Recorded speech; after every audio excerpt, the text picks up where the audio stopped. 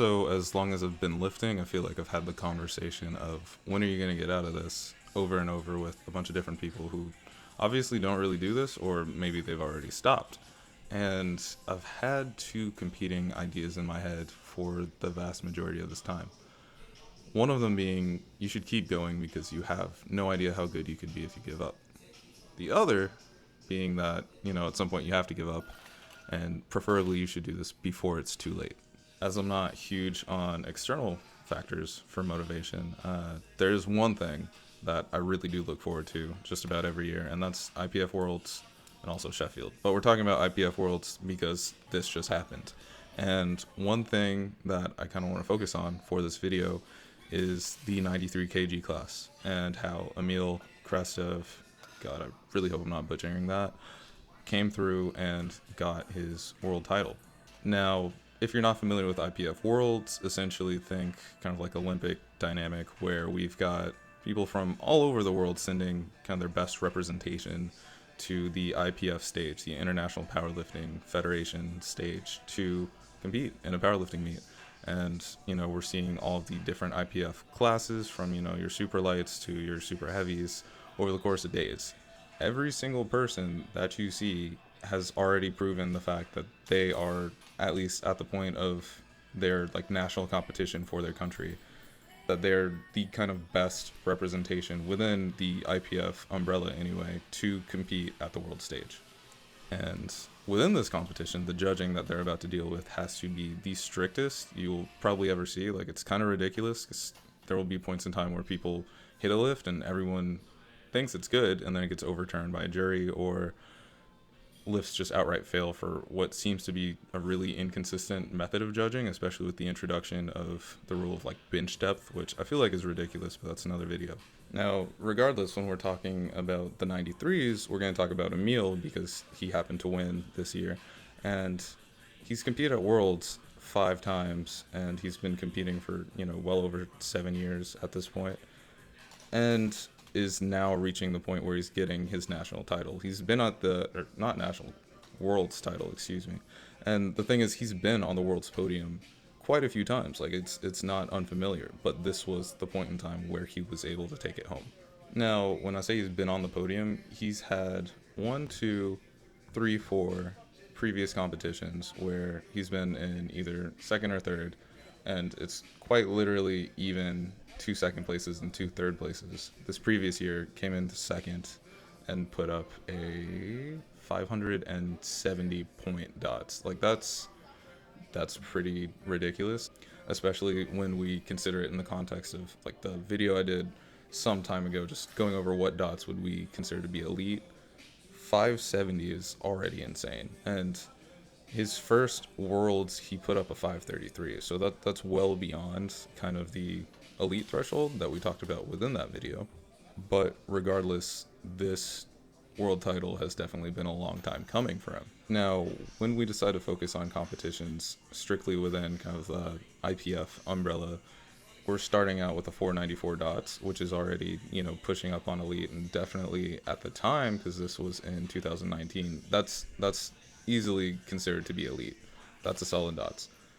And the progression from that to putting up a 584 dots just this past week as a 28-year-old man who started competing within the IPF at the age of 22, that's quite a long time to reach this point. And we can't even say for sure that, this is going to be the best he ever does, but this is very much a high point. This is a highlight. This is a big thing. This is the first world title after, back to back to back podiums. And so I'm just going to show a real quick clip of kind of him talking at Worlds about his performance, and we can go from there. Emil Krastev wins his first World Championships. Wow. With 910 kilos. And what a performance. He held firm. He hit when he needed to hit against a star-studded cast. I still can't find the words how I feel it, just because when I started before 7 years, I promised it to my grandfather I will be world champion one day. Doesn't matter of the day, doesn't matter of the years, but consistency is the most important thing which give me the world title. I think it's about the time. So yeah, I working really hard after each competition, after seeing the Gustav performance, the Kaiko performance. So this give me so much hope I have a chance for a win. Depth looks good there. Yeah, that is world better, and I hope the referees agree, and they do. 3 white lights, a good lift. After previous Sheffield, I wanna prove everyone to have a chance for a world title. It's a really big goal, and have a very big confidence for this competition because the prep is moving very well. So yeah, I'm really excited. Oh, that's a fight. That was absolutely pivotal for Emil Krastev and Team Bulgaria. I felt a little bit disappointed about my performance, but it's 7 minutes to rest. It's like a very fast attempt, so basically it's really hot now, but try my best, which is enough for a world title. When we're addressing the question of, like, how do we find our limit, I think it's important to look at it through the context of this being a marathon. Like, this is been said by plenty of people who have been lifting for probably much longer than I have, but this is a pretty long-term sport, and longevity is important, and you're going to deal with setbacks. But at the end of it all, if you keep going, you could reach a point like Emil, of course. Now, this is a very, very small group of people who are going to do that, but regardless, at any point, he could have walked away, from 22 to 28, he could have just said, this sucks. I still haven't done it. I still haven't won. Maybe I'm at my best. That's it. But that's not exactly what happened. And that's how he ended up getting the world title. Now, while Emil's journey definitely really reflects kind of the first train of thought that I mentioned earlier in the video of, keep going because you have no idea how good you can be if you give up, I do think that it's important to address kind of like that second train of thought, and that's that you probably have to give up at some point. You probably have to fold at some point. Like, there will be a point in time where you realize you're no longer in your prime and you're no longer really able to have a positive impact on your goal within, I guess, the lifting context. And that's natural. Like, that's how the natty limit is kind of brought into discussion. I don't think I'm really qualified to talk about the natty limit, but I do think that I'm qualified enough to talk about the data that's already kind of been broken down for me.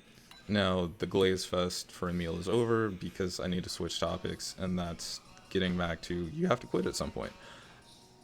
It is definitely a marathon, not a sprint, but Enahoro Asein, the insane deadlifter, the human crane, all that, I feel like he does some pretty fantastic data analysis, so I just pulled some stuff from his Instagram, and this old post has been living in my head pretty rent-free, especially considering it's 11 months old now.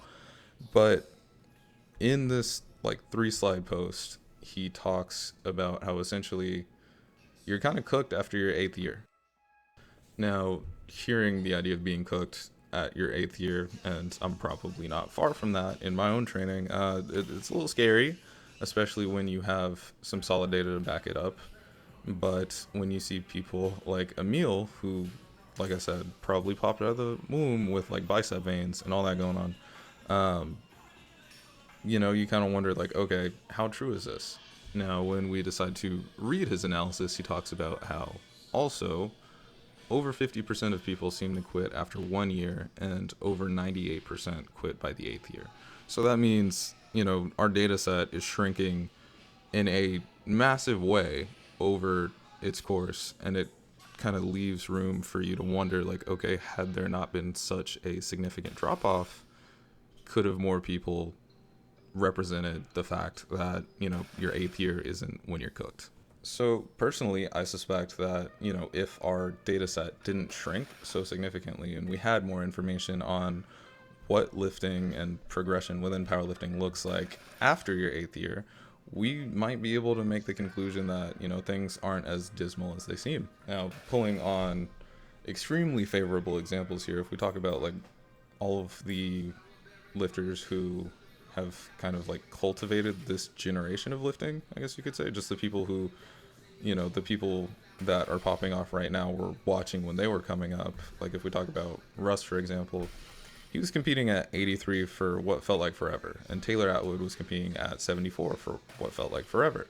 And now they're both at the point where they're, allowing themselves to gain weight and to move up in their weight classes. And I don't really follow Taylor Atwood that closely, but as far as like Russ goes, for example, because I feel like it's hard to talk powerlifting without at least mentioning Russ. Seeing him move up from 82.5 to 93, and also seeing a very significant amount of progression within, the short period of time, just because this kind of like move up in body weight hasn't been going on very long for him. I feel as though if Enna's analysis was kind of like reconducted with the focus being set on people who were giving themselves the grace to move up in a weight class, we might see different results. And of course, not everyone is going to go about this weight gain the same way. Like, some people will do it the worst way possible, like me, where you just kind of get depressed and eat a lot. Some people will be like my friend Josh, who is very, very measured and has done it over quite some time. And, like, your results may vary. It's really about your approach. But regardless, and I do feel pretty confident in saying this, but I feel like if the analysis had been conducted again, and we looked at not only people who have been lifting for this really long period of time, but also people who maybe at the 5th or 6th year began to move up into a new weight class, we would see that progression kind of renewed. Probably not, in the same capacity that you would get with newbie gains, of course, because like newbie gains, you're basically on steroids, but in a way that would definitely be more shocking, I guess, to someone who is more seasoned. Just because, the longer you do this, the more you deal with diminishing returns. And I'm not going to lie to you, once you're hitting the, oh wow, cool, I got a 5-pound PR and I've been training for this for over a year, it's like, okay, this is what feels like the end stage. And that's kind of where I'm at, kind of not so much. Like, next video I'll be talking about kind of the end of my block, because things have started off pretty well and hopefully they end pretty well. But regardless, that's where I'm at. That's how things are going. Footage that was playing in the background this week was from week 4 out of 5, so things are going pretty well. Like, this was a solid setup, and I'm looking forward to the rest of the week. I had a fantastic squat day yesterday. Hopefully duds tomorrow also come through for me. But I think that's all I got. If you're still watching and you're not subscribed, like, please help me out, dude. What gives? And yeah, y'all have a good one.